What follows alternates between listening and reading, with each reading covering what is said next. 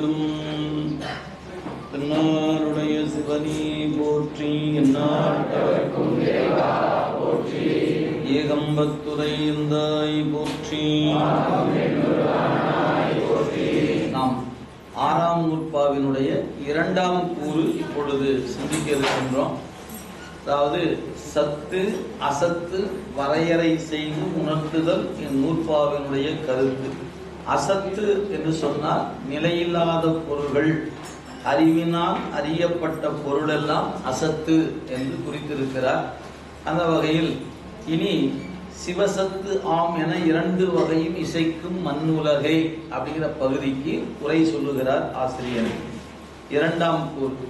இனி இவ்விரண்டு தன்மையும் இன்றி வாக்கு மனாதீத கோசரமா என்ற அதுவே சத்தாயுள்ள சிவம் என்று உணரற்பாற்று. வாசகத்தை நல்லா பார்த்துக்கொள்ளுங்க. இனி இவ்விரண்டு தன்மையும் இன்றி, அதாவது உணரப்படும் பொருள் உணர முடியாத பொருள் என்று ரெண்டு தன்மையும் இன்றி, இவ்விரண்டு தன்மையும் இன்றி வாக்கு மனாதீத கோசரமாய், அதீத கோசரமாய் நின்ற அதுவே சத்தாயுள்ள சிவம் என்று உணரற்பாற்று என்பது மெய்கண்டார் தந்திருக்கிற மேற்கோள். இனி இதுக்கு ஏற்றாற் போல ஏது எடுத்துக்காட்டு வெண்பாவின் வழியாக நிரூபிக்க போகிறார். இப்ப இதற்கான பொருள் என்ன அப்படின்னு பாருங்க.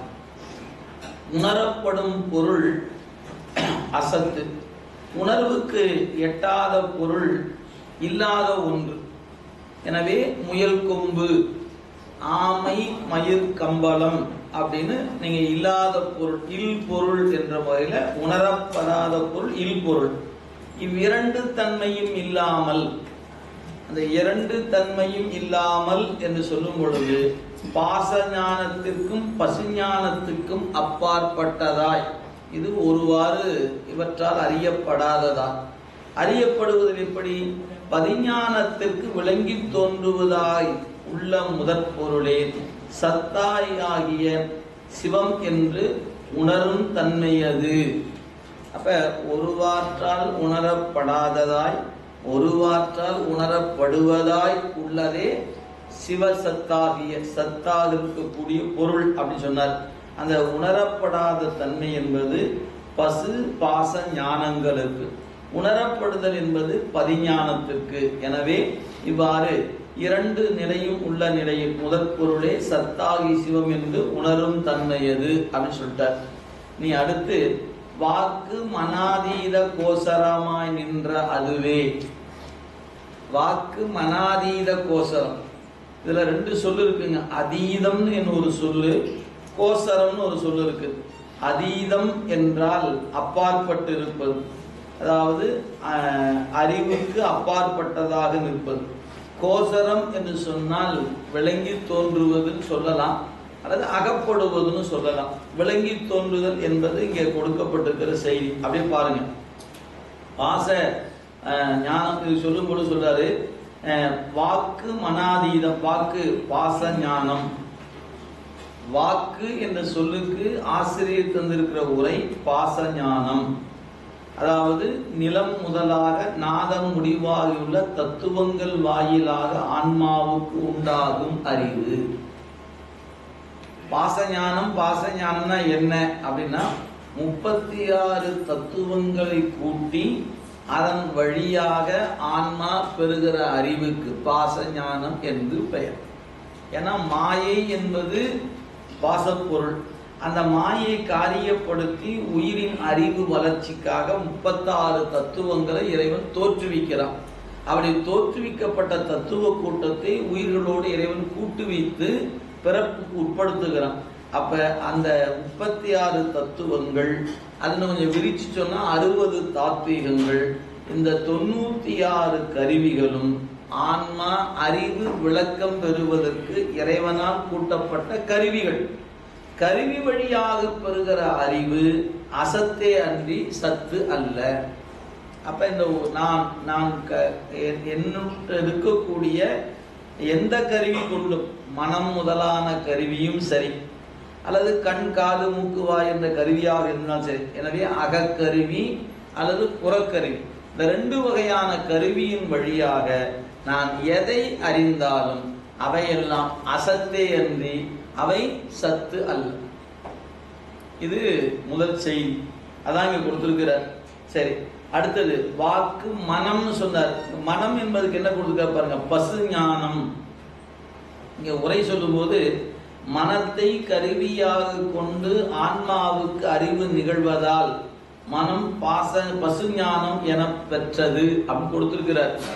இது இங்கே இவ்வாறு கொடுக்கப்பட்டிருந்தாலும் கூட சிவஞான சித்தியார் நூல் படித்தீங்கன்னா பசு ஞானம் என்பதற்கு நானே பிரம்மம் என்பதே பசு ஞானம் என்ற குறிப்பு விளக்கமாக சொல்லப்பட்டிருக்கிறது. இங்க மனத்துல சொல்லியிருக்கிறாங்க அப்படின்னு கேட்டா, மனம் என்ற கருவி ஆன்மாவுக்கு மிக நெருக்கமா இருப்பது. அதனால நம்முடைய ஆசிரியர் பெருமக்கள் பாடுகிற பொழுது உயிர் என்ற பொருளையே மனமே மனமே மனமே என்றே பாடியிருப்பாங்க. அப்ப அந்த மனமே மனமே என்று பாடுவது மனம் என்ற கருவி உயிருக்கு நெருக்கமா இருப்பதனால அவ்வாறு பாடுவது மரபு. சிந்தனை செய் மனமே அப்படின்னு சொல்லுவோம். சிந்தனை அப்படிங்கும் பொழுது அவ்வாறு பார்க்கிறோம். வேலுண்டு வினை இல்லை அந்த பாட்டு கூட மனமே மனமே மனமேன்னு பாடுறாங்கன்னா உயிரைத்தாங்க மனமே மனமேன்னு சொல்லுகிறாங்க. அது நெருக்கமாக இருப்பதனால அவ்வாறு சொல்லப்படுகிறது. எனவே அந்த வகையில் மனத்தை கருவியாக கொண்டு அறிதல் அப்படின்னாங்க. மனத்தை கொண்டு அறியும் போதுதான் நானே கடவுள் என்று அறிகிறதும் அங்கதான் நிகழும். எனவே நான் கடவுள் என்று அறிதல் பசுஞானம், இதான் நினைவு வச்சுக்கொள்ளணும். எனவே கருவி வழியாக பெறுகிற அறிவு பாசஞானம், நானே கடவுள் என்று அறிவது பசுஞானம் என்பது சிவஞான சித்தியால மிக விரிவாக கொடுக்கப்பட்டிருக்கிறது. அங்க நீங்க பார்க்கலாம். எனவே இப்ப அந்த 2 தன்மையும் இல்லாமல் இவ்விரண்டு தன்மையும் இன்றி வாக்கு மனாதீத கோசரமாய், அதீதம்னு சொன்னாரு, கோசரம் சொன்னார். ஒரு வியப்பு என்னன்னு கேட்டீங்கன்னா, மனம் முதலான கருவிகளுக்கு அப்பாற்பட்டவனாகவும் இருக்கிறான், மனத்தால் விளங்கி தோன்றுவனாகவும் இருக்கிறான். என்னையா அப்படி ஒரு முரண்பாடு இருக்கு அப்படின்னு கேட்டிங்கன்னா, நீங்கள் அங்கே தான் இருக்கிற நுட்பம் அதுதான். இப்போ நாமெல்லாம் இருக்கிறோம், நம்ம கண் முதலான கருவிகள் கொண்டோ அல்லது மனம் முதலான கருவிகளை கொண்டோ நாம் காணும்போது பரம்பொருள் என்ற பொருள் நமக்கு அகப்படுவது அசத்தாகத்தான். ஏன்னா நமக்கு அது தெரியல, நாம கண்ணை மூடிட்டு எதையாவது நினைச்சிட்டு உட்கார்ந்து இருக்கிறது. அதுவே அருளாளர்களுக்கு அவங்க கண்ணிலும் புலப்படுகிறான், அவங்க மனத்திலும் புலப்படுகிறான். காலத்தியான் அவன் என் கண்ணுலானின் அரப்பர் சுவாமி, மனத்தகத்தான் தலைமேலான் வாக்கின் உள்ளான். ஏன் அவங்க வாக்கெல்லாம் அவங்க வாக்கு இல்லை, அவையெல்லாம் பதிவாக்குகளாகவே கருதப்படும். எனதுரை தனதுரையாக அவர் நான் பேசல, என்னுள் இருந்து சிவம் பேசியது, என் பேச்செல்லாம் என் தலைவன் பேச்சுன்னு நாம் அப்படி சொல்ல முடியுமா? நான் பேசுவதெல்லாம் சிவபெருமானினுடைய பேச்சு அப்படின்னு சொன்னா கேட்கறதுக்கு ரொம்ப நல்லா தான் இருக்கும். ஆனா உண்மையான்னு கேட்டா இல்லை, ஏதோ நான் ஒரு உபச்சாரத்துக்கு அப்படி சொல்லலாம். ஆனா நான் பேசும்போது என் தலைவன் பேச்சு என்பதை நான் உணர்ந்து பேசினால் நிச்சயமாக அதை இறைவன் ஏற்றுக்கொள்வான். ஏன்னா நான் என்ற முனைப்பு இல்லாமல் நான் பேசணும். என்னுடைய தன்முனைப்பை விடுத்து நான் ஒரு செயல் செய்தால் என் சிவம் அதை ஏற்றுக்கொள்ளும். நான் என்னை முன்னிலைப்படுத்தி நான் பேசுவேன் என்று சொன்னால் சிவம் என்னை முன்னிலைப்படுத்தி கொண்டு தன்னை பின்ன நிறுத்தி, அப்ப அது அந்த நிலைக்கு அது பொருந்தாது. எனவே அருளாளர்கள் இறைவனை முன்னிலைப்படுத்தியவர்கள் என்பதனால அவங்களுடைய கருவிகளும் கரணங்களும் பசுகரணங்கள் அல்ல, அவையெல்லாம் பதிகரணங்கள் ஆகிவிட்டன என்பதை மறந்துவிடக்கூடாது. இதை நீங்க திருக்களிற்றுப்படியார்னு ஒரு நூல், அந்த களிற்றுப்படியார் நூல்ல மாணாக்கர் இப்படிதான் ஒரு கேள்வி கேட்கிறார். எங்க பூம்பாவை அவர் எழுப்பினார்ல, என்ன மட்டிட்ட புண்ணையும் காணல் மடமயிலைன்னு பாட்டு பாடினாரு. அது 5 வருஷத்துக்கு முன்னாடி இறந்த குழந்தை உயிர் பெற்று எழுந்து வந்துருச்சு. சரி, சடையா இனமான ஒரு பதிகம் பாடினாரு, செத்தவர் பொழைச்சிட்டாரு. ஒன்று கொலான்னு ஒரு பாட்டு பாடினாங்க, இறந்த மூத்த திருநாவுக்கரசு உயிர் பெற்று. இப்ப நாம யாராவது செத்து போன இடத்துல போய் மட்டிட்ட புண்ணையும் பாடி உயிர்ப்பித்து விட முடியுமா, இல்லை ஒன்று கோலாம் பாடி உயிர்ப்பித்து முடியுமான்னு கேட்டா, நானும் பாடி பாடி பார்த்தேன் வல்லிங்களே அப்படின்னு கேட்டா, நான் பாடினேன் வல்ல. ஏன் அவங்க நான் என்ற முனைப்பு இல்லாம பாடுனாங்க, எனவே அது உயிர் பெற்று வந்துச்சு. நான் அப்படி இல்லையே, நான் பாடுறேன்னு நினைச்சுல பாடுறேன். அப்ப நான் என்ற முனைப்போடு என் பணி அமைகிற பொழுது அங்க அருள் வெளிப்படுவது இல்லை. அதான் நந்தம் கரணங்கள் போல் அல்லாமை காணனர். அவங்க மட்டும் பாடுனா உயிர் வந்துச்சே, ஏன் நாம பாடினா வல்லன்னு கேட்டா, அவர்கள் பதிகரணங்களாக நின்றுட்டாங்க, நாம பசு கரணங்களாக நின்று பாடுகிறோம். எனவே அது நடக்கல. அப்ப எப்ப நடக்கும் கேட்டா, நம் கரணங்களும் பசு கரணங்களாக இல்லாமல் பதிகரணங்கள் ஆகுமானால் நம்மாலும் அதை நிகழ்த்த முடியும்.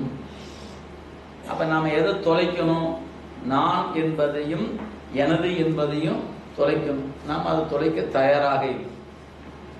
அது நம்மளை விட்டு எப்பவுமே பிடித்து நிற்பது அதுதான். எனவே அதனால நமக்கு சாத்தியம் இல்லாமல் இருக்கு. நீங்க இன்னைக்கும் யார் ஒருவர் அந்த முனைப்புகளை துறக்கிறார்களோ அவர்களுக்கு திருவருள் அனுபவ பொருளாகவே நிற்கும். இது என்னைக்கு நம்ம விட்டாலும் சரி, நீ இந்த நிமிடம் விட்டுட்டா இப்பவே அனுபவ பொருள் தான். ஆனா நமக்கு அது அவ்வளவு எளிதான காரியமாக இல்லை என்பதனால நாம வேறு வகையில நாம் நின்று கொண்டு இருக்கோம். எனவே அவங்க செய்தார்கள், நாம ஏன் செய்ய முடியலன்னு கேட்டா, அவங்க கருவிகளும் கரணங்களும் பதிகரணங்கள் ஆயிற்று. நம்முடைய கருவிகரணங்கள் பசு கரணங்களாகத்தான் இருக்கிறது. எனவே அது நிகழல். இதுதான் இருக்கக்கூடிய இது. அதை களிற்றுப்படியார் என்ற நூல் நமக்கு தெளிவுபடுத்தி இருக்கிறது. நீங்க அந்த களிற்றுப்படியெல்லாம் பார்க்கலாம். எனவே இந்த வகையில அதீதம் என்ற ஒரு சொல்லு பயன்படுத்துகிறார், கோசரம் என்று சொல்லு பயன்படுத்துகிறார். அவன் எப்படி இருக்கிறான்னு கேட்டா, வாக்கு மனாதீத கோசரமாய். அப்ப என்ன பொருள்னா, வாக்கு மனத்துக்கு அதீதமாகவும் இருப்பான், வாக்கு மனத்துக்கு கோசரமாகவும் இருப்பான். அதீதம் என்பது யாருக்கு? நம்போன்றவருக்கு. நம்போன்றவருக்கு மனத்தை கடந்தவனாய், வாக்கை கடந்தவனாய். அதுவே அருளையப்பட்டவளுக்கு மனத்துக்கு உரியவனாய், வாக்குக்கு உரியவனாக நிற்கிறான். நீங்க தேவார பதிகங்கள் எத்துணை பதிகங்கள், அத்தனை பதிகத்திலும் அந்த சொல்லுக்கு உரியவனாகத்தானே இறைவன் நிற்கிறான். நீங்க அவங்க பாட்டிலேயே பாருங்களேன், மனமே நீ, மனம் என்ன பண்ணும்? நினைப்பது. நெஞ்சே நீ நினையாய், நீங்க புன்சடை நின்மலனை மஞ்சாடும் மலை மங்கை மணாலனை நெஞ்சே நீ நினையாய். அவருடைய நினைப்புல அவன் இருக்கிறான். நாம அந்த பாட்டை பாடுகிறோம், நினைப்பில் இருப்பதாக நினைச்சு பாடிக்கிறோம். அவர் நினைந்து பாடுகிறார், நாம நினைப்பில் இருப்பதாக பாடுகிறோம். ரெண்டு பேருக்கு வேறுபாடு இருக்கா இல்லையா? எனவே அவர்கள் மனத்தகத்தான் வாக்கினுள்ளான் அப்படின்னு பாடினாங்கன்னா அவங்க மனத்தில் இருக்கிற இருப்பை உணர்ந்து பாடினார்கள். நாம அந்த பாட்டா தான் பாடுறோம், இருப்பை உணர்ந்து பாடுபவர் அல்ல. ஏன் நம்ம இருப்பு உணர்ந்துமோ கண்ணீர் வரணும். எங்க நெஞ்சுக்குள்ள இறைவன் இருக்கிற இருப்பு உங்களால் உணரப்படுமானால் நீங்க பாடுகிற பொழுது உங்களை அறியாது கண்கள் இருந்து கண்ணீர் பெருக்கு வரணும். வருகிறதான்னு கேட்டா வரலையே. அப்புறம் எப்படிங்க நம்ம இருப்பை உணர்ந்த ஆளாக நம்ம உணர முடியும்? எனவே அவன் மனத்துக்கும் அகப்படுவான், வாக்குக்கும் அகப்படுவான். எப்ப? அருள்வயப்பட்டவர்களுக்கு. அருள்வயப்படாதவர்களுக்கு அவன் வாக்குக்கும் மனத்துக்கும் அதீதமாக நிற்பான். அப்ப ரெண்டு தன்மை அவன் இருக்குது. மனம் வாக்குகளுக்கு அகப்படுபவனாயும் மன வாக்குகள் அகப்படாதவனாக நிற்பான். அகப்படுதல் ஞானிகளுக்கு, அகப்படாதது நம்போன்றவர்க்கு.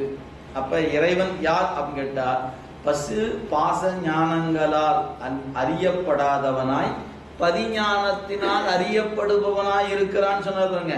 அப்ப பாச பசு ஞானங்களுக்கு உரியவர்களுக்கு வாக்கு மனம் முதலானவற்றுக்கு அதீதமாகவும், பதிஞானம் உடையவர்களுக்கு வாக்கு மனம் உடையவருக்கு கோசரமாகவும் நிற்பான்.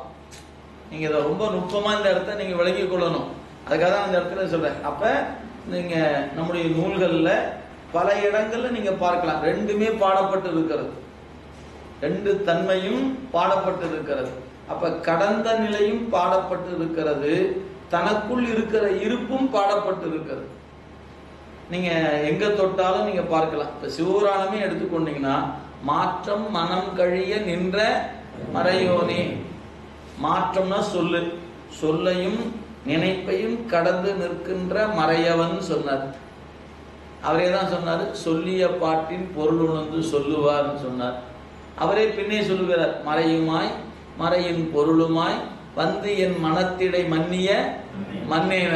மனத்துக்கே எட்டாதவனா மனத்திடை மன்னிய மன்னேங்கிறாரு. ஐயா, முரண்பாடா தெரியலையா உங்களுக்கு? சிவபுராணத்துல மனத்துக்கு எட்ட மாட்டாங்கிறாரு, பின்னாடி போனா மனத்துல நிற்கிறாங்கிறாரு. அங்க எட்டாதவன் என்பது பாச ஞானத்தின்பார் பட்டவர்களுக்கு, எட்டுதல் என்பது பரிஞானத்தினால் எட்டுபவன். அப்ப நீங்க ரெண்டு கருத்தை மறந்துடக்கூடாது.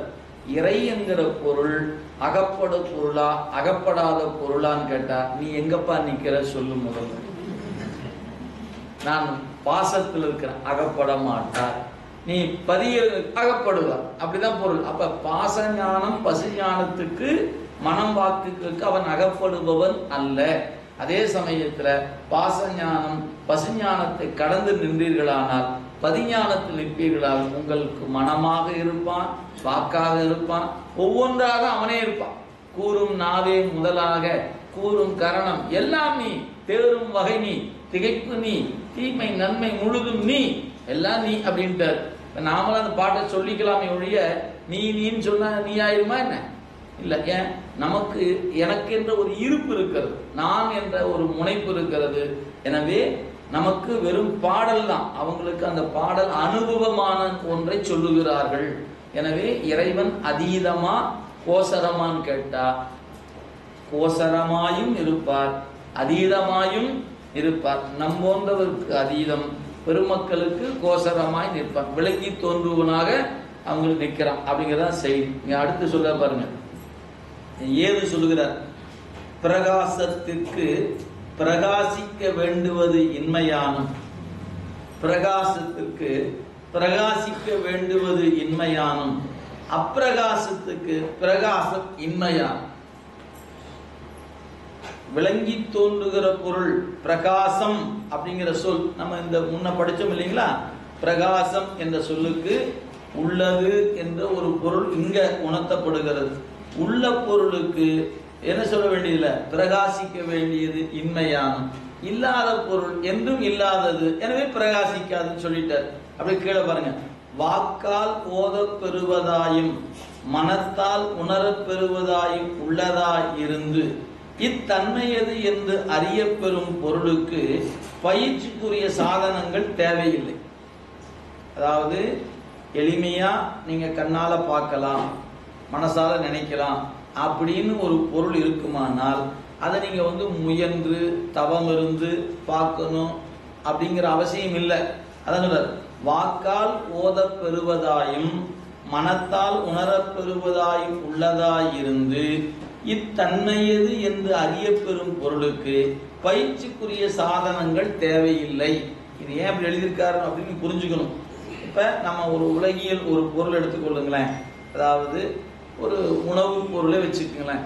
ஒரு இனிப்பு பொருள் அப்படின்னா அந்த பொருள் தான் இறைவன் அப்படின்னா அந்த பொருள் தான் இறைவன் அப்படின்னு அந்த பொருளுக்கு என்ன மூலப்பொருள், என்னென்ன பொருள் இருந்தால் அந்த பொருளை தயாரிச்சிடலாம், அவ்வளோதான். இது என்ன போயிருக்குது, கடையில் வாங்கு, ஒன்று பொருளாக வாங்கலாம், இல்லையா காசை கொடுத்து வாங்கிட்டா போகுது, வேலை முடிஞ்சு போச்சு. இதுக்கு இல்லைங்க, நீங்கள் காலையில் 3 மணிக்கு எந்திரிக்கணும், சிவபூஜை பண்ணணும், தியானம் பண்ணணும், யோகத்தில் இருக்கணும், அப்போ தான் அகப்படுமா என்ன? இல்லை இல்லை, அதெல்லாம் சும்மா காசு கொடுத்தா வந்துடுங்க. அப்போ எளிமையான பொருள் என்பது நீங்கள் அதுதான் இங்கே கொடுத்துருக்கிறார். வாக்கால் ஓதப் பெறுவதாயும் மனத்தால் உணரப் பெறுவதாயும் உள்ள பொருளாக இருக்குமானால், இப்போ நீங்கள் எதெல்லாம் உங்கள் சொல்லுக்கு அகப்படும் எல்லாமே சொல்ல முடியும். அப்படி இறைவன் சொல்லப்படுகிற பொருளாக இருந்தால் என்ன தேவையில்லை, குருநாதர் வேண்டியதில்லை, மந்திரம் வேண்டியதில்லை, சிவபூசை வேண்டியதில்லை. ஏன்? அதான் சும்மா பேச்சிலே இருக்கிறார்ல அப்படின்னு போயிடும். சரி, மனத்தால் நினைந்தால் இறைவன் அகப்படுவான்னு சொன்னா அவன் கண்ணை மூடி உட்காந்து நினைச்சா வந்துட போறாரு. நம்ம கண்ணை மூடிச்சு நினைக்கிறவங்களுக்குலாம் வராரா என்ன? வரமாட்டேங்கிறாரு. நாம நினைச்சாலும் வரமாட்டேங்கிறாரு. ஏன் அப்படின்னா நம்ம அறிவு இன்னும் பதிஞானத்தில் படாததுனால மனத்துக்கு அகப்படாம இருக்கிறான்.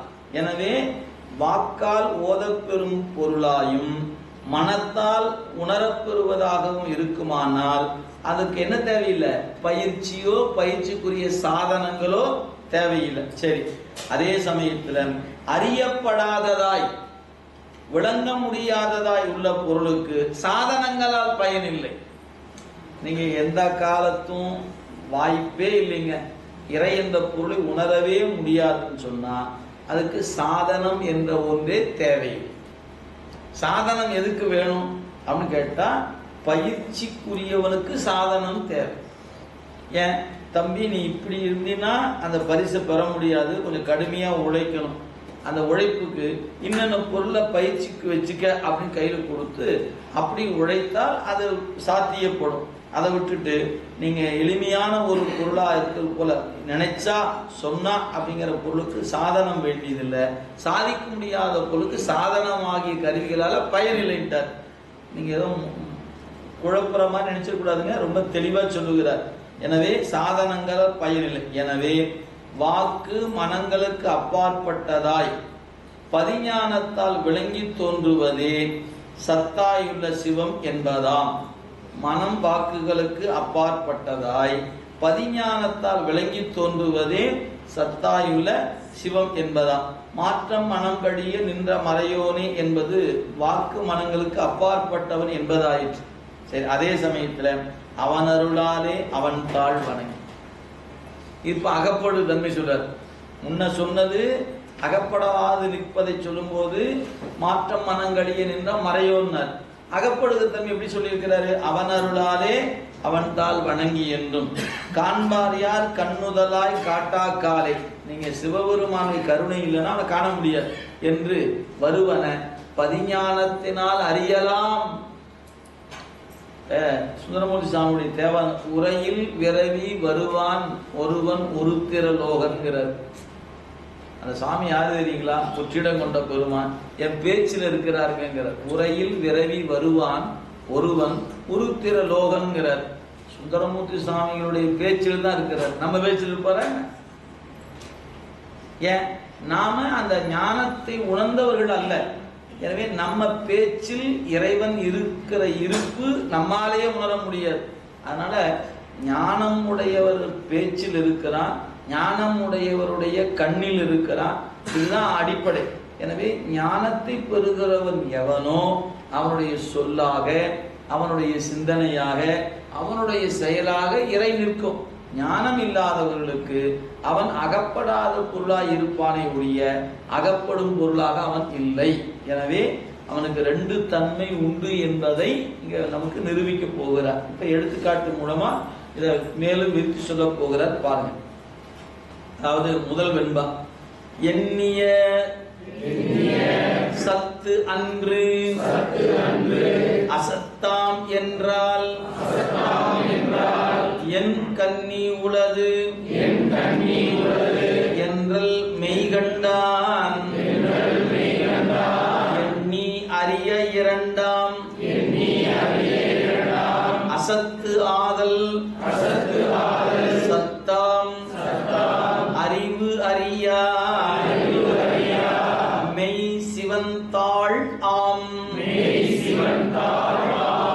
இந்த வெண்பா நமக்கு எதை சொல்லுகிறது அப்படின்னு பார்த்தீங்கன்னா, இறைவனுடைய இயல்பு அறியப்படுவதா அறியப்படாததா அப்படிங்கிற கேள்விக்கு மாயாவாதிகள் என்று சொல்ல பெறுகிறவங்க அறியப்பெறாதவன் அப்படின்னு ஒரு கருத்து சொல்லுவாங்க. அவங்க கருத்தை எடுத்துக்கொண்டு சொல்லி அதற்கு ஒரு மறுப்பு சொல்லுகிறார் மெய்கண்டார். அப்படியே உரை பாருங்க. எண்ணிய கருத பெற்ற சத்து அன்று, சத்து பொருள் அன்று. அதாவது இறைவன் யார்? ஐயா, அவரு இப்படின்னு சொல்ல முடியாத ஒரு பொருள். அவரு சத்தா? சத்தெல்லாம் இல்லை. அப்ப அசத்தா? அசத்தல். அவர் சத்தும் அல்ல அசத்தும் அல்ல. சரி, உள்பொருளா இல் பொருளா ஏதாவது கேட்டா ஐயோ அது அனிர்வசனீய பொருள் அப்படின்னு சொல்றாங்க. சொல்லுக்கு வாராத பொருள். அது போல இறை என்கிற பொருள் எப்படிப்பட்டதுன்னு கேட்டா இப்படிப்பட்டவன் என்று சொல்ல முடியாது அப்படின்னு ஒரு வாறு சொல்றாங்க. அதான் எடுத்துக்கொண்டார். எண்ணிய கருத பெற்ற. சத்து அன்று, சத்து பொருள் அன்று அப்படின்னா அசத்து அன்று ஆம், அசத்து பொருளும் அன்று. அப்ப சத்து பொருளும் அல்ல, அசத்து பொருளும் அன்று ஆகும் என்று எடுத்து நீ கூறினால், இப்படி அசத்தல்ல சத்தல்ல என்று நீ கூறினால், உளது என்றல் அவ்வாறு ஒரு பொருள் உள்ளது என்று கூறுதல் என் கண்ணி, என்ன அளவை கருதி இவ்வாறு நீ சொல்ற அப்படி கேள்வி எடுமானால், மெய்கண்டான் எண்ணி அறிய, சத்தின் இயல்பை அறிந்தவன் ஆராய்ந்து அறிய தொடங்கின். சத்தினுடைய இயல்பை அறிந்து ஆராயத் தொடங்கின் இரண்டும் அசத்தா. எது? உள் பொருள், அங்கு சொல்லக்கூடிய அந்த இல் பொருள் அப்படிங்கிற ரெண்டும் அசத்தா. எனவே அளவையால் அறிய பெறுவதும் இரண்டும் அசத்தாம் என்பது என்ன விளக்கம்? அளவையால் அறிய பெறுவதும் எந்த ஒரு அளவும் இல்லாததும் ஆகிய இரண்டும் அசத்தாய் முடியும்.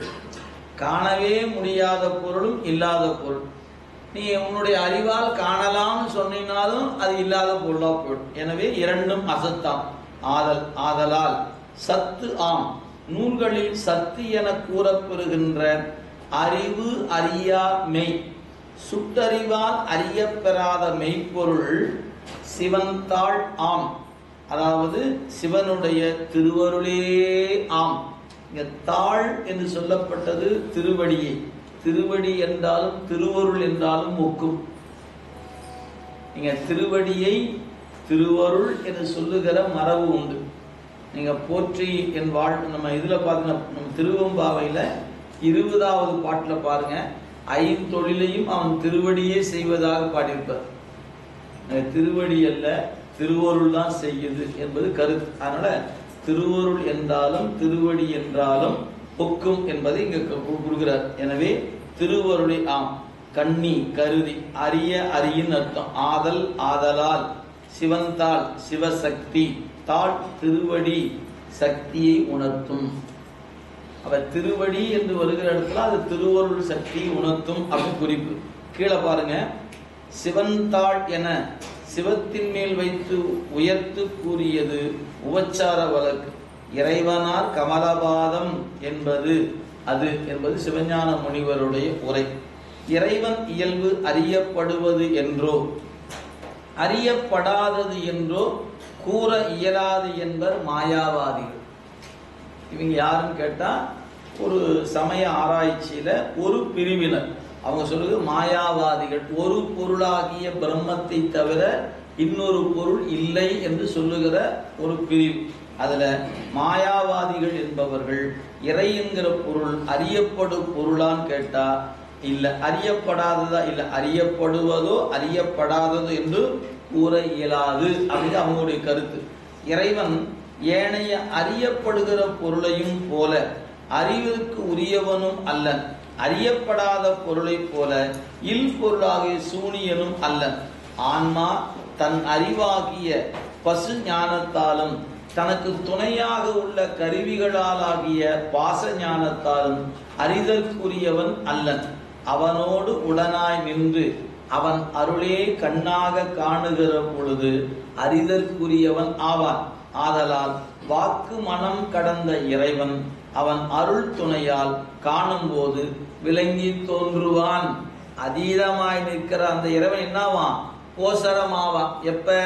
பாச ஞானம் பசுஞானத்தை விடுத்து நீங்கள் பதிஞானத்தின் வயப்படுவீர்களானால் இறை என்கிற பொருள் உங்களுக்கு விளங்கி தோன்றுகிற பொருள். நீங்க பதிஞானத்தை பெறவில்லையானால் இறை என்கிற பொருள் அதீத பொருளா இருக்குமே ஒழிய விளங்கி தோன்றுகிற பொருளாக இருக்காது அப்படிங்கறதா சொல்லப்பட்டது. கீழே கொடுக்க பாருங்க, திருமுறைகளில் அவன் அருளே கண்ணாக காணின் அல்லால் என்று திருநாவுக்கு அரசரும் அருளாலே மெய்ப்பொருளை காணும் விதியுடையேன் என்று காரைக்கால் அம்மையாரும் பாடி அருளினார்கள். அவங்கெல்லாம் அருளை கொண்டுதான் பாடினாங்க. இறைவன் வாக்கு மனம் கடந்தவன் என்பது பொருந்தும், விளங்கி தோன்றுவன் என்பது பொருந்தாது என்பது மாயாவாதிகள் தடை.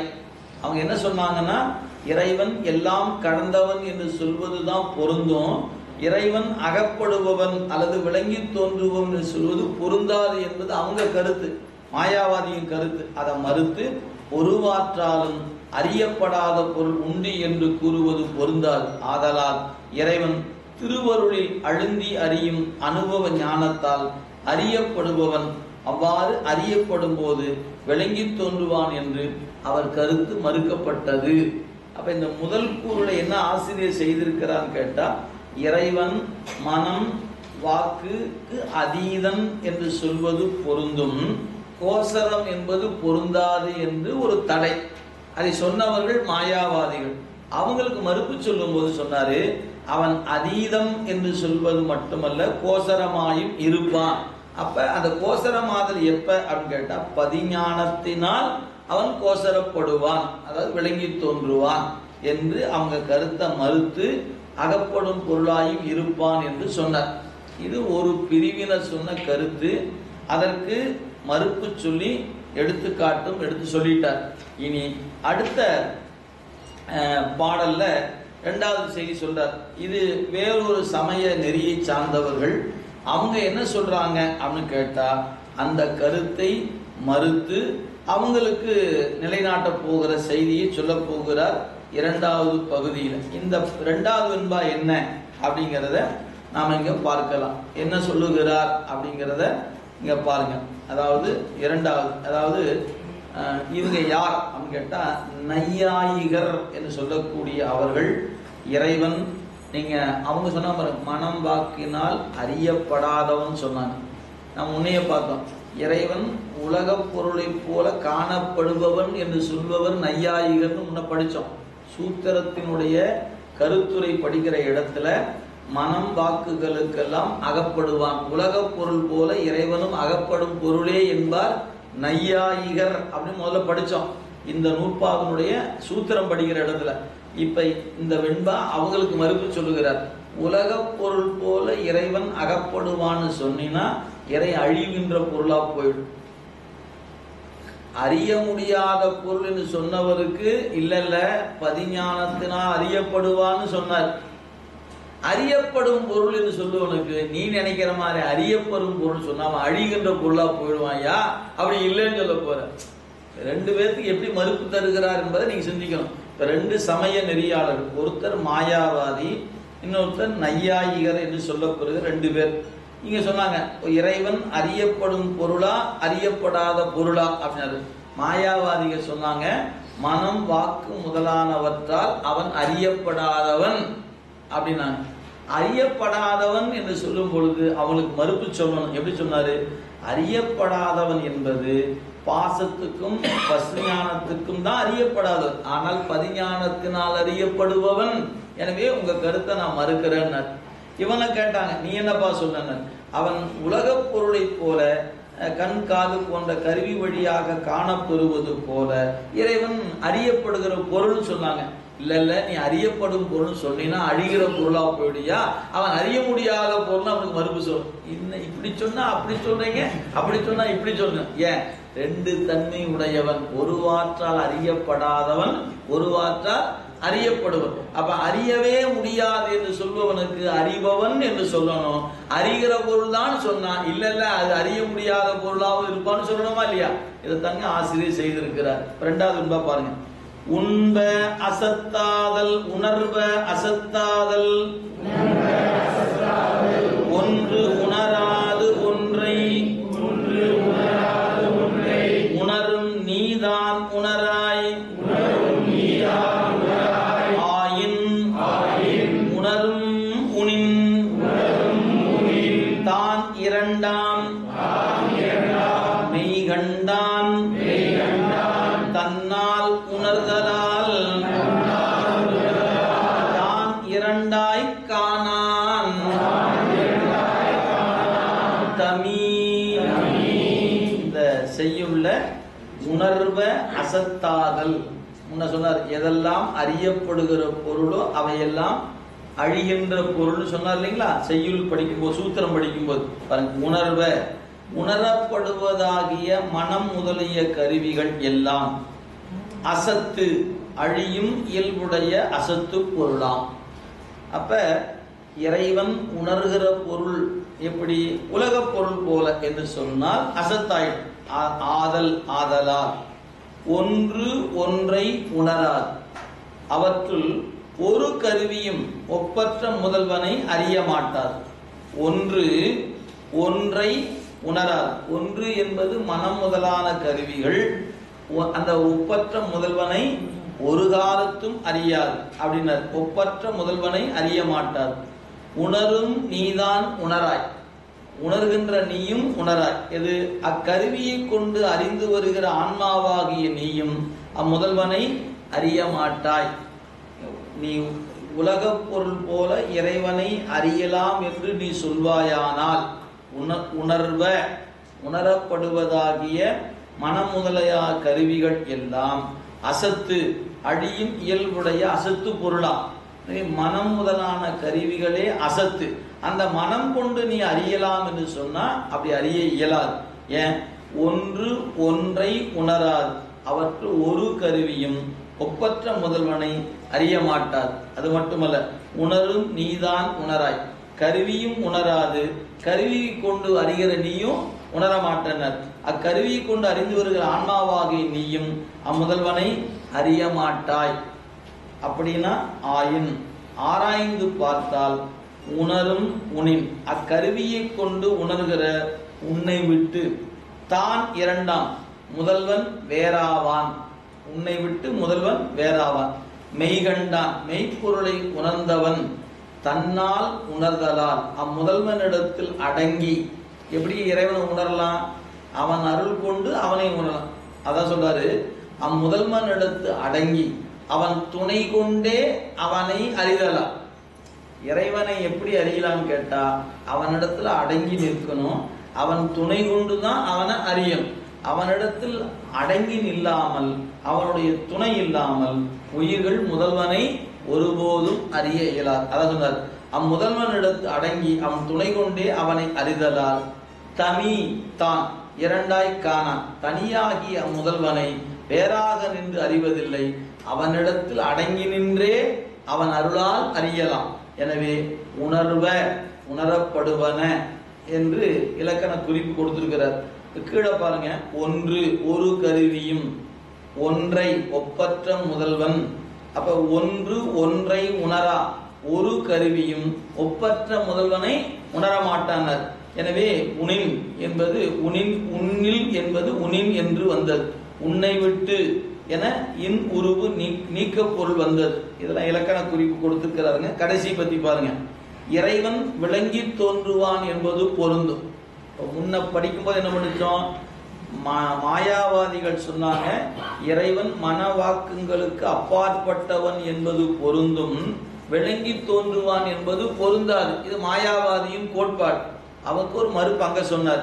இங்க நையாயிகர் கோட்பாடு என்னன்னா, இறைவன் விளங்கி தோன்றுவான் என்பதுதான் பொருந்தும், அவன் மனவாக்குகளுக்கு அகப்படாதவன் என்பது பொருந்தாது. அப்படி சொல்லுதான் இவங்க கோட்பாடு. பாருங்க, மனவாக்கங்களை கடந்தவன் என்பது பொருந்தாது. நீங்க என்ன பண்ணணும் கேட்டா, அங்க சொல்லப்பட்டது மாயாவாதியின் கோட்பாடு என்ன அப்படின்னு கேட்டா 102வது பக்கத்துல அந்த கடைசி பத்திக்கு முன்னாடி பத்தியில அங்க சொல்லப்பட்டது கோடு போட்டு வச்சுட்டீங்கன்னா அதான் மாயாவாதியின் கோட்பாடு. இறைவன் மன வாக்கு கடந்தவன் என்பது பொருந்தும், விளங்கி தோன்றுவன் என்பது பொருந்தாது என்பது மாயாவாதிகள் தடை எழுப்பினர் கொடுத்திருப்பாரு. அந்த பத்தி, அந்த பத்தி தான் மாயாவாதியின் கோட்பாடு.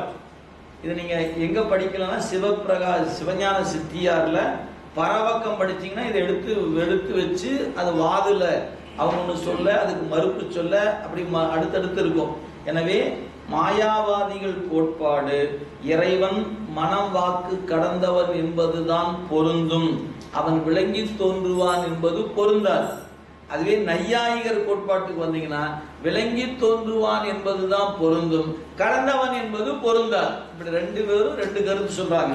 எனவே இறைவன் விளங்கி தோன்றுவான் என்பது பொருந்தும், மனவாக்குகளை கடந்தவன் என்பது பொருந்தாது. இது இவங்க சொன்னது. அதுக்கு மறுப்பு சொல்றார்.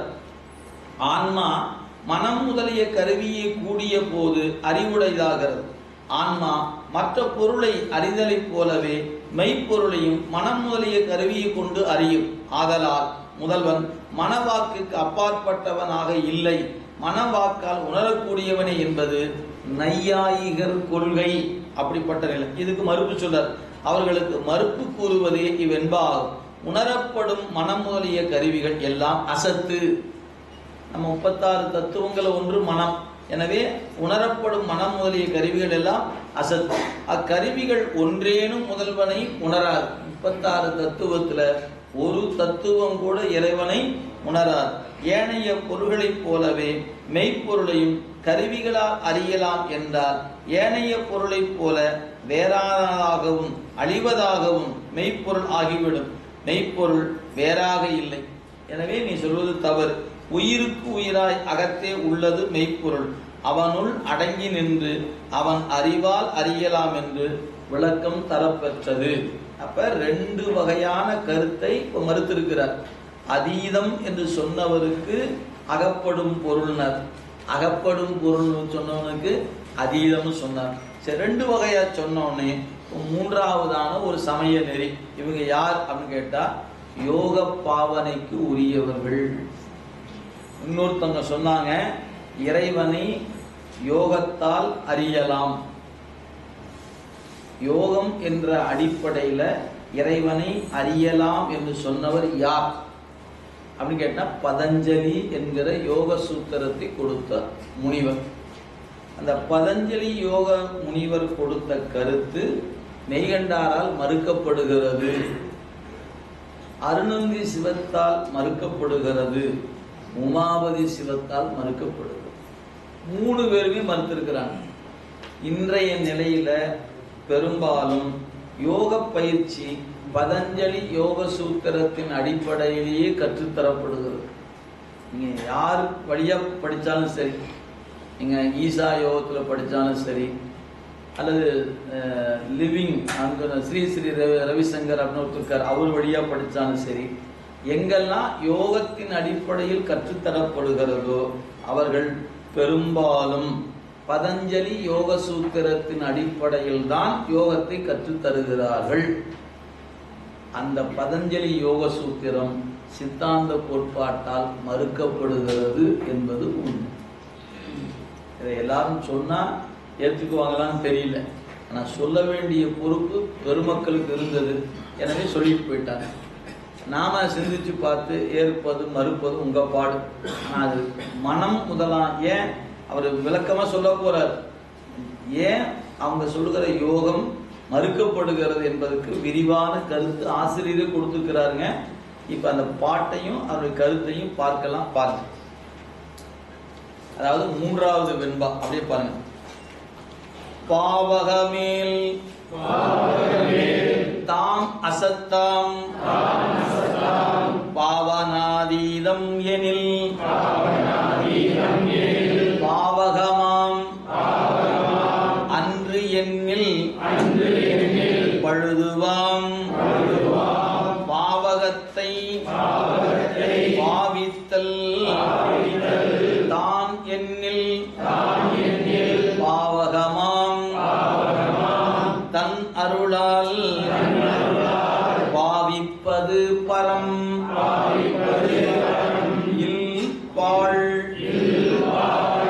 இந்த செய்யுள் பாவனை அப்படின்னு சொல்லக்கூடிய அதற்கு ஆராய்ச்சி எடுத்துக்கொண்டார் மெய்கண்டார்.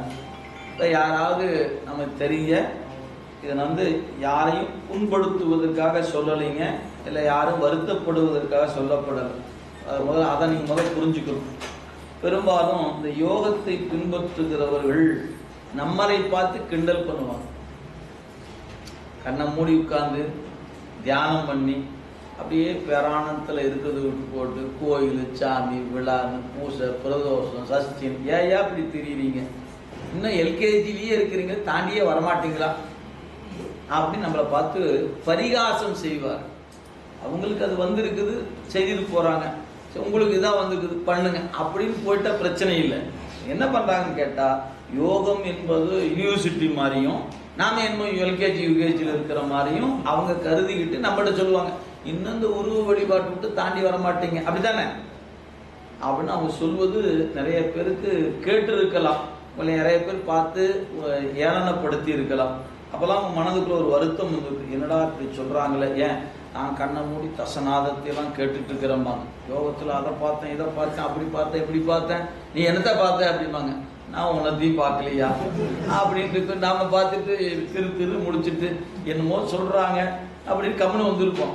இந்த பாட்டும் இந்த கருத்தும் உங்கள் மனதில் இருந்துச்சுன்னா அவங்க ஏதாவது சொன்னாங்கன்னா ரொம்ப மகிழ்ச்சி, நீங்கள் அப்படியே கண்டினியூ பண்ணுங்க, நான் இப்படியே இருந்துக்கிறேன் அப்படின்னு நாம் பாட்டு கம்முன்னு வந்துடலாம். நம்ம ஒன்றும் வாதம் செய்ய வேண்டிய அவசியம் இல்லை. ஆனால் நாம் செல்லுகிற பாதை சரியானது என்ற அறிவு தெளிவு இந்த சூத்திரம் படித்தா உங்களுக்கு இருக்கும்.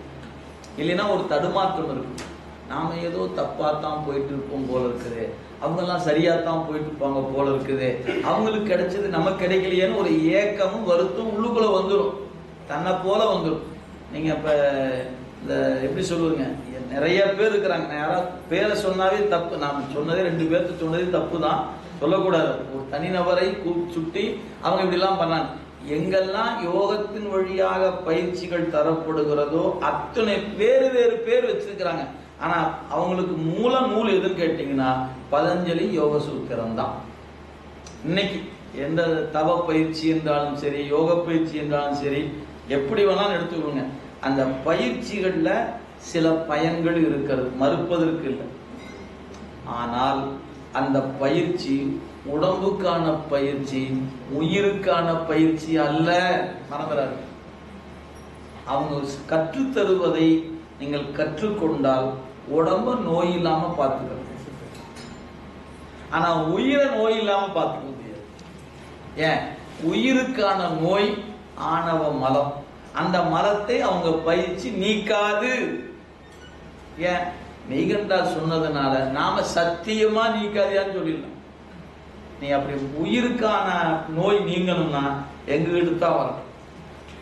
உடம்புக்கான நோயை நீக்கணுமா, அவங்க சொல்ல பயிற்சி கத்துக்குங்க. ஏதோ அவங்க நிறைய சின்ன சின்ன ஆசன பயிற்சிகள், மூச்சு பயிற்சிகள் நிறைய சொல்லி கொடுப்பாங்க.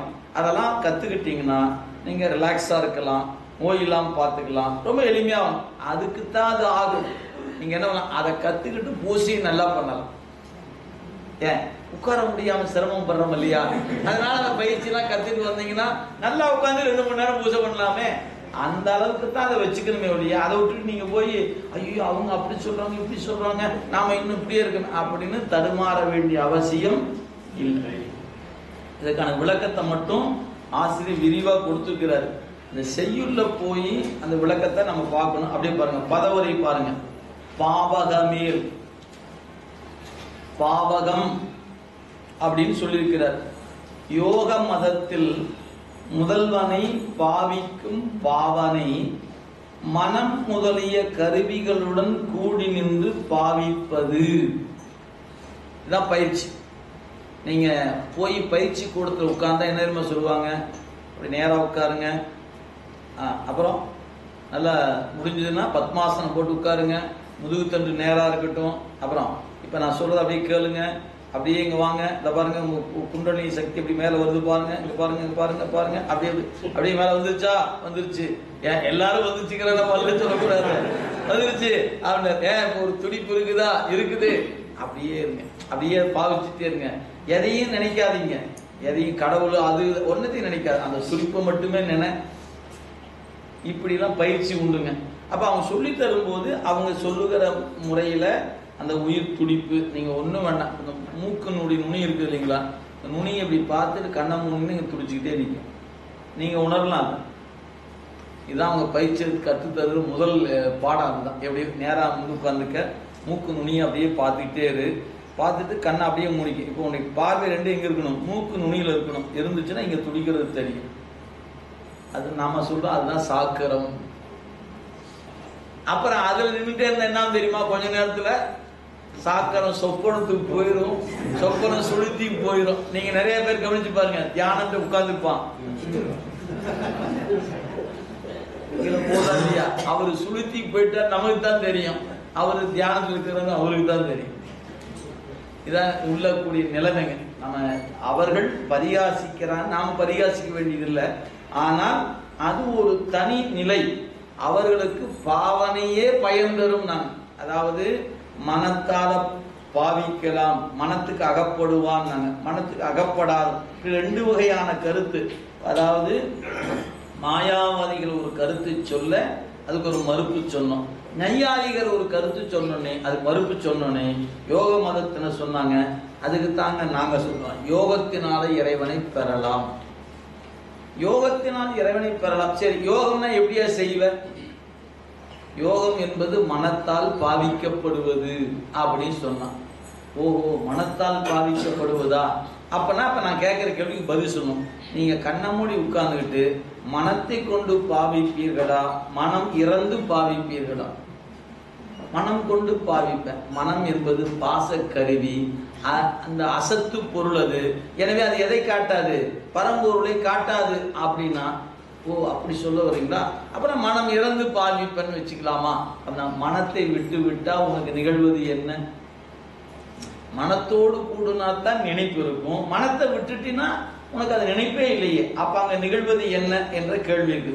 அப்பனா இப்படி வச்சுக்கலாம், மனத்தோடு கூடியும் கூடாமலும் பாவிப்புன்னு வச்சுக்கலாமா?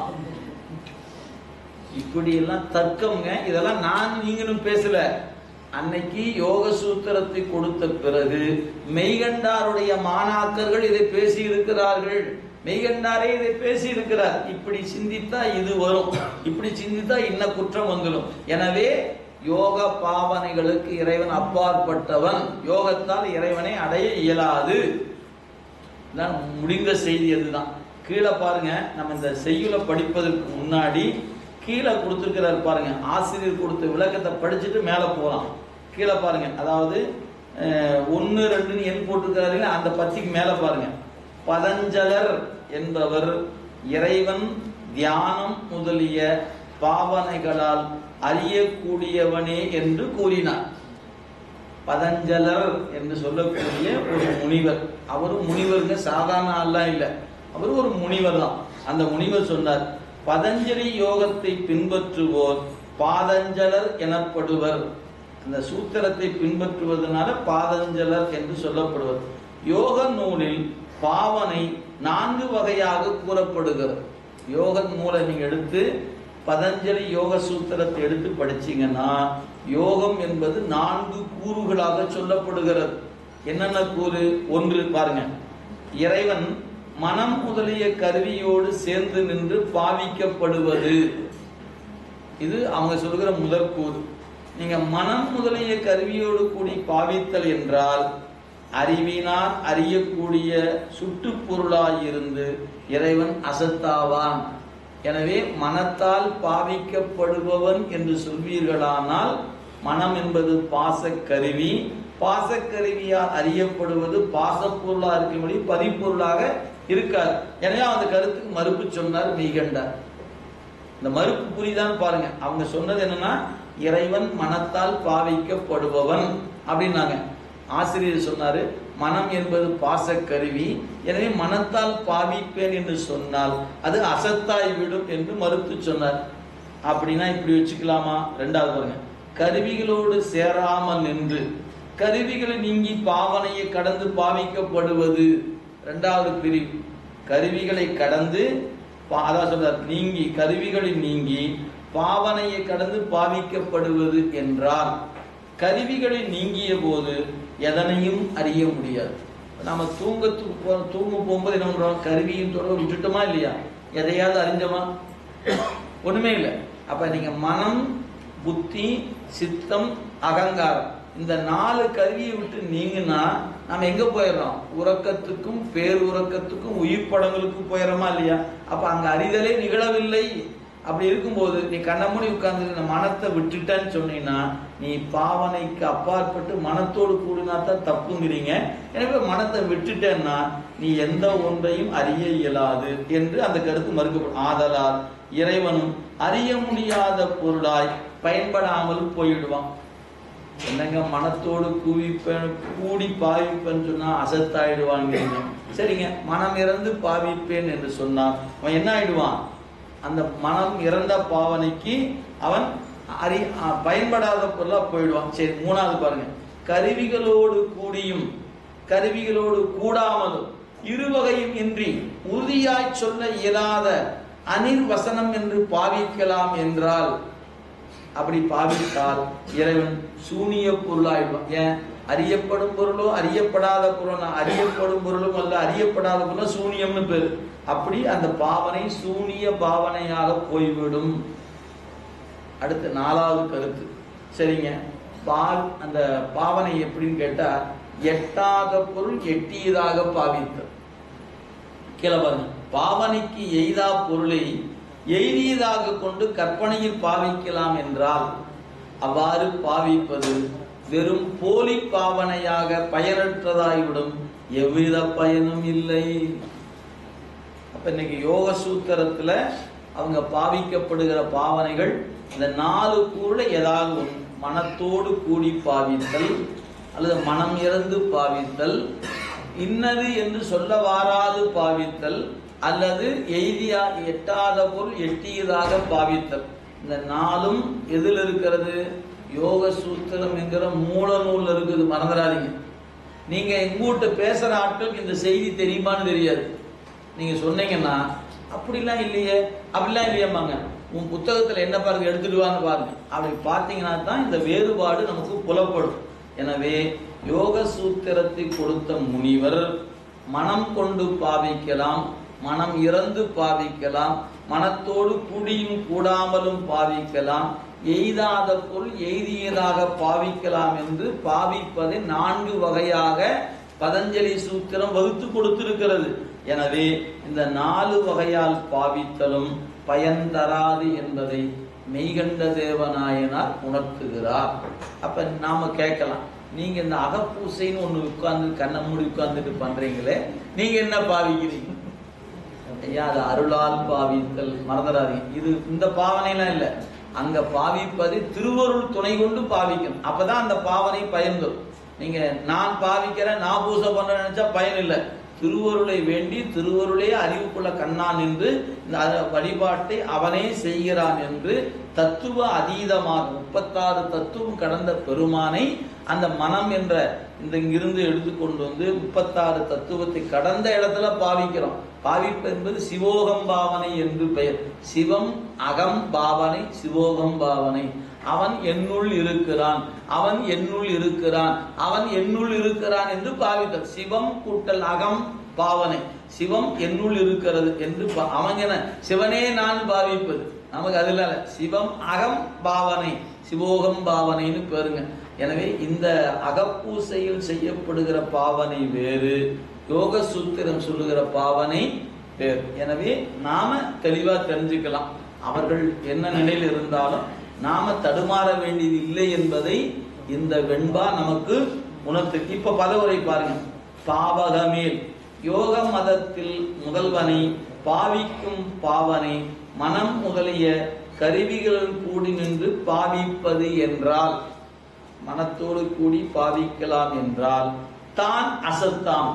பாவகமேல் தான் அசத்தாம். அந்த பாவனையாவது நிலைவேறில்லாத அசத்தே ஆகும். எனவே மனத்தோடு கூடி பாவித்தல் சத்தல்ல, அசத்தே ஆகும்.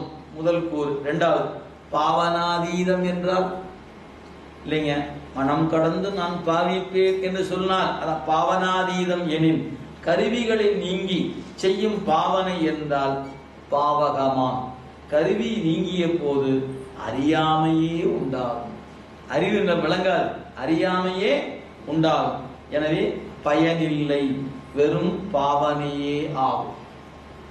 அப்ப கருவியை விட்டு பாவித்தலும் பயனில்லைன்றார்.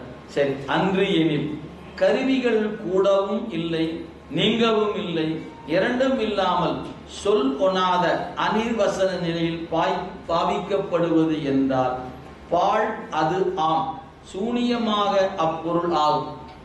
இது 3வது நிலை.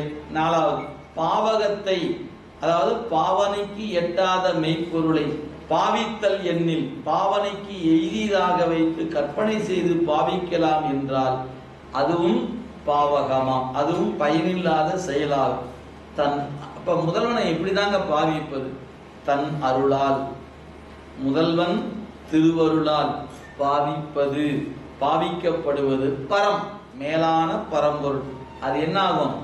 பாழ் இல், அது சூனியமாதல் இல்லை. எனவே இறைவனை நாம் பாவிப்பது என்பது நாம யோகத்தினால் பாவிக்கப்படுவதல்ல, அருளால் பாவிக்கப்படுவது. எனவே நாம சொல்லுகிறது சிவோகம் பாவனை என்பது கருத்து. எனவே நாளையும் மறுத்துட்டார் ஆசிரியர். எனவே இப்ப கடைசியா தொகுப்பு சொல்றாரு பாருங்க.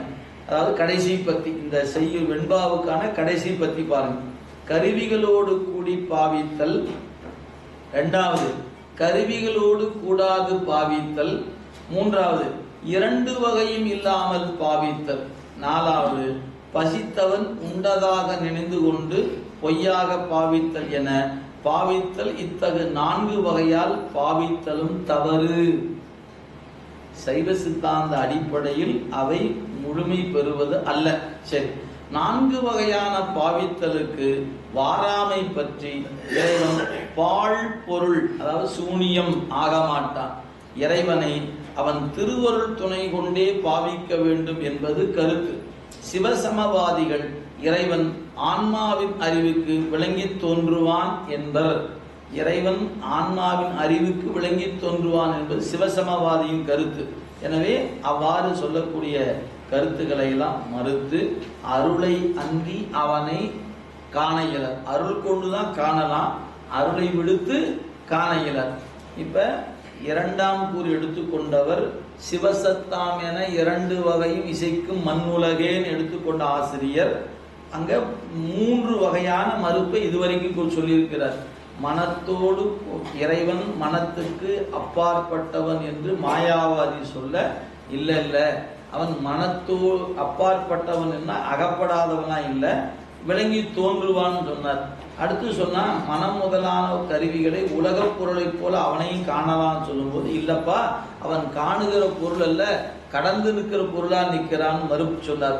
3வது யோக பாவனைக்கு அகப்படுவது சொன்னதுக்கு யோக பாவனை பழுதுன்னு சொன்னாரு ஆசிரியர். இனி 4வது கருத்து பாருங்க. எடுத்துக்காட்டு வெண்பா 4.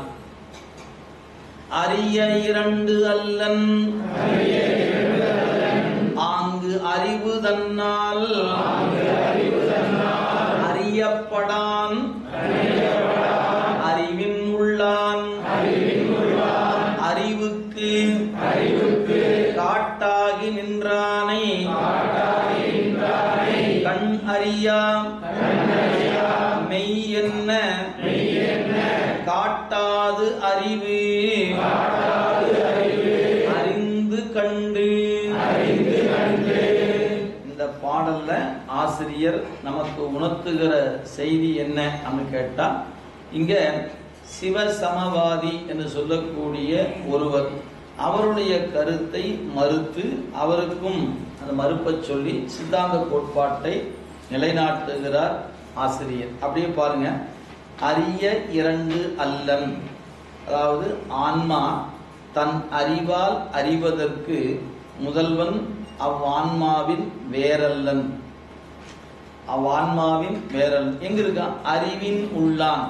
ஆன்மாவின் அறிவுக்கு அறிவாகி உள்ளே நிற்பான். ஆதலால் ஆங்கு அவ்விடத்தில் அவன் யாரு? அறிவு தன்னால் அறியப்படான், ஆன்மாவின் அறிவால் அறியப்படான். மெய் அறியா கண் என்ன தனக்குள் விரவி நின்று அறிவிப்பதாக ஆன்மாவை கண் அறியாதது போல, தனக்குள் விரவி நிற்கக்கூடிய ஆன்மாவை கண் அறியாதது போல அறிவுக்கு காட்டாகி நின்றானை, ஆன்ம அறிவுக்கு துணையாக நின்று அறிவிக்கு முதல்வனை அறிவு கண்டறிந்து காட்டாது. ஆன்மாவின் சுட்டறிவு முதல்வனை கண்டறிந்து புலப்படுமாறு காட்டாது. அறிவு தன்னால் தன் அறிவால் ஆன்மாவின் சுட்டறிவால் அறிய உள்ளான். அறிவுக்கு அறிவாகி உள்ளே நிற்பவன் கண் அறியா மெய் என்ன என்பதை மெய் அறியா கண் என்று மாற்றி பொருள் செய்கின்றனர். இப்ப இங்க சொல்லப்பட்ட செய்தி என்ன அப்படின்னு கேட்டா, ஆன்மா கண்ணுக்கு வேறாக இல்லாமல் கண்ணுக்குள்ளாகவே கலந்து நின்றது எனினும் கண்ணால் ஆன்மாவை காண முடியவில்லை. நாம உலகத்தை பார்க்கிறோம், கண் கொண்டு காண்கிறோம். இந்த ஆன்மா கண்ணில் கலந்து உலகத்தை காணுது. ஆனா இந்த கண் எதை காட்டல? ஆன்மாவை காட்டல சொல்றார். ஆக கண்ணால் ஆன்மாவை காண முடியாது. கண்ணால் காணாவிட்டாலும் ஆன்மா கண்ணுடன் கலந்து நின்று கண்ணுக்கு பொருளை காட்டுகிறது. கண்ணோடு கலந்து கண்ணுக்கு காட்டுகிறது. சரி, அதுபோல் முதல்வனும் ஆன்மாவுக்கு வேறாக இல்லாமல் உள்ளே இருப்பதனால் ஆன்மாவால் அறிய முடியவில்லை.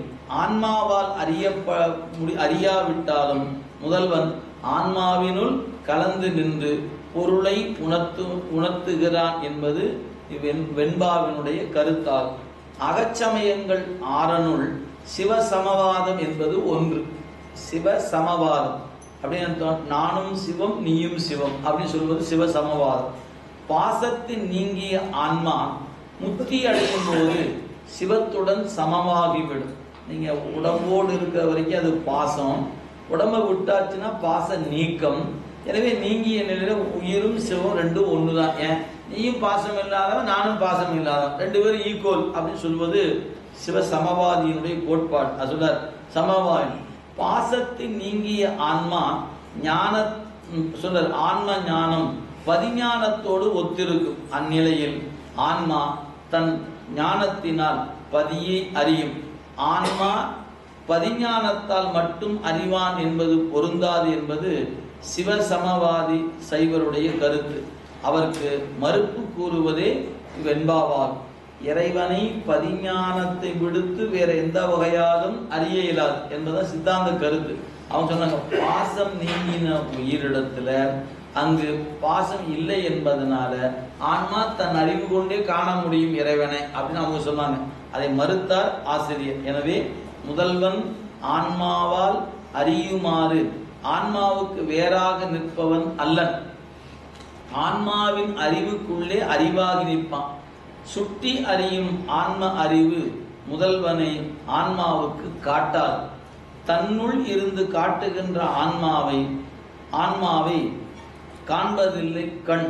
அதுபோல ஆன்ம அறிவு தனக்கு உள் நிற்கும் பதியை அறியாது என்ற சிவவாதிக்கு கூறப்பட்டது. ஏன் சிவ சமவாதி என்ன சொல்லுகிறான்னா, கண் என்பது அதாவது பாசம் நீங்கின உயிர் சிவத்தை காணும் என்பது அவனுடைய கருத்து. பாசன நீங்கின வழியில சிவத்தை காணுதல் என்பது பொருந்தாது. அவன் அருள் கொண்டுதான் அவனை ஏன் அவன் அறிவுக்குள்ளவா நிற்கிறான். அறிவு கொண்டு நீ எல்லாவற்றையும் காணலாம், ஆனா அறிவை காண முடியாது. இப்ப கண் கொண்டு எல்லா பொருளையும் காணலாம், கண்ணை கொண்டு கண்ணை காண முடியுமான்னு கேட்டா காண இயலாது. அது மாதிரி அறிவு கொண்டு நீ எல்லாவற்றையும் அறியலாம், அறிவை கொண்டு எதை அறிய முடியாது, அறிவை அறிய முடியாது. அது மாதிரி அவன் உன்னுள் இருக்கிற காரணத்தினால நீ அவனை வெளியே வேறாக காணுதல் என்பது இல்லை, அவன் உன்னுள்ளேயே இருக்கிறான் என்று அவனுக்கான கருத்தை மறுத்திருக்கிறார் ஆசிரியர். இப்ப 4 வகையான மறுப்புகள் சொல்லப்பட்டிருக்கு. சிவசமவாதிக்கு ஒரு மறுப்பு கொடுத்தார். இனி 5வதாக ஒரு மறுப்பு சொல்ல போகிறார். அடுத்து வருகிற செய்யுள்ள பாருங்க, அடுத்த வெண்பால பாருங்க. அது என்னும் ஒன்றன்று அது அன்றி வேறே, அது என்று அறிவும் உண்டே, அது என்று அறிய 2 அல்லன், ஆங்கு அறிவுள் நிற்றல் அறியும் அறிவே சிவம் ஆம். இந்த செய்யுள் வேறொரு சமயவாதியை மறுக்கிறது. அவங்க யாருன்னு கேட்டா சிவாத்துவ சைவர்னு ஒரு சைவர். இது அகச்சமயத்துக்குள்ள இருக்கக்கூடிய ஒருவர். புறச்சமயத்தில் இருக்கிறவங்க, புறப்புற சமயத்தில் இருக்கிறவங்க, அகச்சமயத்தில் இப்படி சமய நெறிகள் இருக்கக்கூடியவங்க ஒவ்வொருத்தரும் ஒவ்வொருவாறாக சொல்ல, இங்க சிவாத்துவத சைவம் என்கிற சைவத்தினுடைய கோட்பாட்டை மறுக்கிறார் மெய்கண்ட தேவர் நாயனார். எப்படி மறுக்கிறார் அப்படின்னு இந்த செய்யுளை பார்க்கணும். அப்ப அவங்க கருத்து என்ன அப்படிங்கிறதையும் அதுக்கான மறுப்பையும் இந்த செய்யுளை கொடுக்கிறார். அது என்னும் ஒன்று அன்று, அது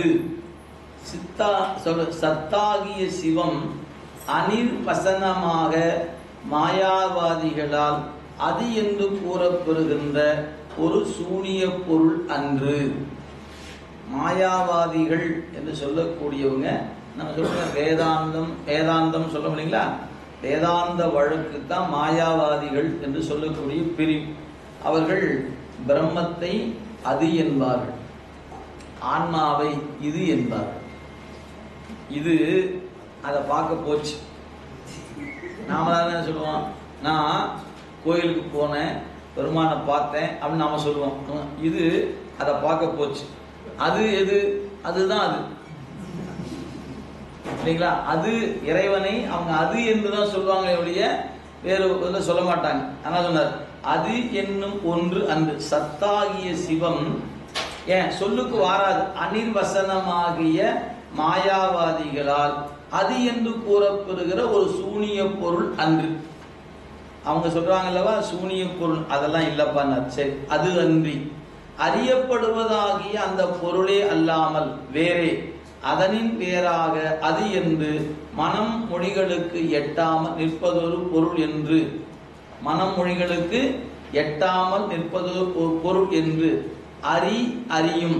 அவ்வாறு அறிகின்ற ஆன்மாவும் அங்கு உண்டே. அங்க ஆன்மா என்கிற ஒன்று உண்டு. எனவே அங்கே உள்பொருளாகும். அது என்று அறிய உலகப் பொருளை போல அது என்று சுட்டி அறியுமாறு இரண்டு அல்லன். முதல்வன் ஆன்மாவின் வேறு அல்லன். அறிவுள் நிற்றலால் அப்பணைந்த உப்பு போல ஆன்ம அறிவின் கண் விரவி நிற்றலால் அறியும் அறிவு. அவ்வாறு அறிகின்ற ஆன்மா சிவம் ஆம், சிவ பரம்பொருளும் ஆகும் என்பது சிவ சமவாதி என்று கொள்வது சிவாத்துவ சைவருடைய கருத்து. சொல்லார், அகச்சமயத்தவருள் சிவாத்துவித சைவம் என்பது ஒன்று. அவங்க கோட்பாடு என்ன? பாசத்தை நீங்கி பதியை அடைந்த ஆன்மா பதியுடன் ஒன்றாகிவிடும். பாசத்தில் இருக்கிற வரைக்கும் பதியாகிய சிவம் வேறு, ஆன்மா என்பது வேறு. பாசம் நீங்கின வழி ஆன்மா பதியோடு கூடி ஒன்றாகிவிடும், வேறாகி நிற்காது. ஆன்மா அறிவதும் பதி அறியப்படும் பொருளாய் நிற்றல் முத்தியில் இல்லை.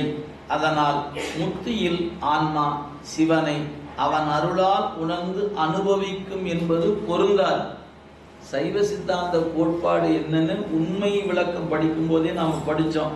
நினைவிருக்கான்னு பாருங்க. முத்தி என்றால் என்ன அப்படின்னு கேட்கும்போது, கொடுப்பது இறை, துய்ப்பது அணு, இத்தை விளைவித்தல் மலம்னு படித்தோம். அங்க முத்தியில் மூன்றும் காட்டு அப்படி மாணாக்கன் கேட்டபோது ஆசிரியர் சொன்னார், இன்பத்தை கொடுப்பது எதுவோ அது இறை, துய்ப்பது எதுவோ அது ஆன்மா, அதுக்கு துணையாக நிற்பது எதுவோ அது மலம் படிச்சோம். முதல் நூல் படிக்கும்போது கடைசியா முடிக்கும்போது 50வது பாட்டுக்கு மேல முத்தியில் மூன்றும் காட்டப்பா அப்படின்னு சொன்ன போது மூணையும் சொன்னார். அப்ப கொடுப்பது ஒரு பொருள் இருக்கிறது, நுகர்கிற பொருள் இருக்கிறது, இதுகாரும் தடையா இருந்த பொருள் துணையா நின்னது. இது அங்க சொல்லப்படும். இவங்க சொல்றாங்க, நீ பாசம் நீங்கிட்டா நீ என்ன ஆயிடுவ? சிவத்துள்ள கலந்த பிறகு நீயே சிவமாயிடுவ. அவ்வளவுதான். நீ அங்க போய் கொடுக்கறாங்க, பெறாங்க, பாக்குறாங்க, அதெல்லாம் இல்லப்பா அப்படிங்கறத அவங்க கோட்பாடு. எனவே அந்த வகையில் சிவாத்துவித சைவர்கள் சொல்லுகிற கோட்பாடு என்னன்னு கேட்டா, முத்தியில் ஆன்மா சிவனை அவன் அருளால் உணர்ந்து அனுபவிக்கும் என்பது பொருந்தாது. சிவாத்துவித சைவருடைய கருத்து. அவருக்கு மறுப்பு கூறுவதே வெண்பாவாகும். எனவே மாயாவாதிகள் பிரம்மத்தை நிர்குண பிரம்மம் என்பர். மாயாவாதி என்று சொல்லக்கூடிய அவங்க என்ன சொல்லுவாங்கன்னா, பிரம்மத்தை நிர்குண பிரம்மம் என்பார்கள். நிர்குணம் என்ற சொல்லுக்கு அவங்க சொல்லுகிற பொருள் என்னதுங்களா, எந்த விதமான குணமும் இல்லாதது என்பது அவங்க சொல்லுகிற பொருள். ஆனா சைவ சித்தாந்தத்துல ஆன்மாவை போல முக்குணம் இல்லாதது என்பது பொருள். பிரம்மம் என்கிற பொருளுக்கு குணம் என்பதே இல்லை அப்படின்னு அவங்க சொல்லுவாங்க. நாம சொல்வது அவன் என் குணத்தான். இறைவனுக்கு குணம் என்பது என் குணம் என்பதுதான். அதனால மாயாவாதிகள் பிரம்மத்தை நிற்குண பிரம்மம் என்பர். குணம் உடையது ஆகாது, வெறும் அறிவு மாத்திரமாய் இருக்கும் என்பர். இன்னத்தன்மை என்று அறியா பிரம்மத்தை பொதுவாக அது என்று கூறுவர். மாயாவாதிகளைப் போல அனிர்வசனம் கூறாமல் சிவாத்துவித சைவர் மெய்ப்பொருள் என்று மங்கள குணத்தது என்றும் கூறுவர். முத்தியில் சிவத்தை சார்ந்த ஆன்மா சிவத்தோடு ஒன்றாகி விடுமே அல்லாமல் வேறாக நில்லாது என்பது அவருடைய கொள்கை. சிவத்தை அறிந்து அனுபவிக்கின்ற ஆன்மாவும் இருக்க வேண்டும். முத்தியில் இவ்வாறு அனுபவிக்கும் ஆன்மா உண்டு என்றால் இரண்டர கலக்கும் முத்தி இல்லாமல் போகும் என்பது அவர்கள் கூறுகின்ற கருத்து. இதெல்லாம் வேறு வேறு வகையான ஆராய்ச்சி. இதெல்லாம் சாதாரண ஆராய்ச்சி அல்லங்க. யோக நெட்டியில் அமர்ந்து முனிவர்களும் யோகிகளும் அவங்கவுங்க அறிவுக்கு இறைவனை வேண்டி வேண்டி சிந்தித்து இந்த இடத்துல இப்படித்தான் இருக்கணும், இது இதுவாத்தான் அப்படின்னு அவங்க சிந்தித்ததை நூலா செய்து கொடுத்தாங்க. அந்த நூலினுடைய கருத்தை பின்பற்றினாங்க. அதுதான் இந்த வேறுபாடுகள் வந்திருக்கின்றன. அடுத்து பாருங்க, ஆன்மா உலக பொருளை அறிவதை போல பதியை அறிவதில்லை. உலகப் பொருள்கள் சுட்டி அறியப்பெறும் பொருளாக உள்ளன. பதியாகிய சிவன் ஆன்மாவுக்கு வேறாக சுட்டி அறிய பெறுபவன் அல்லன். ஆன்மாவினுள்ளே அத்துவிதமாக கலந்து நிற்கின்றான். அவனை அறிகின்ற ஆன்மாவும் சிவமாய் நின்றே அறியும். முத்தியிலும் ஆன்மா சிவத்துடன் அத்துவிதமாக கலந்து நின்று சிவத்தை அனுபவிக்கிறது என்பது சிவாத்துவித சைவர்க்கு இவ்வென்பாவில் விடை தரப்பட்டது. அங்க அவங்க சொல்வது ஆன்மா முத்தியில அவன் அருளை கொண்டு அறிய வேண்டுங்கிற தேவையெல்லாம் இல்லை, ஆன்ம அறிவாலேயே காணலாம் என்பது அவங்க கோட்பாடு. ஆனால் சித்தாந்தம் சொல்வது முத்தியிலும் அவனுடைய உபகாரம் உண்டு, முத்தியிலும் பற்றி உண்டு, அவனுடைய உபகாரம் உண்டு. இறைவன் தன் அருளை வழங்க அருளை கொண்டு அவனை அறிந்து அவனை துய்த்து கொண்டு இருக்கும் ஆன்மா என்பது சித்தாந்த கோட்பாடு.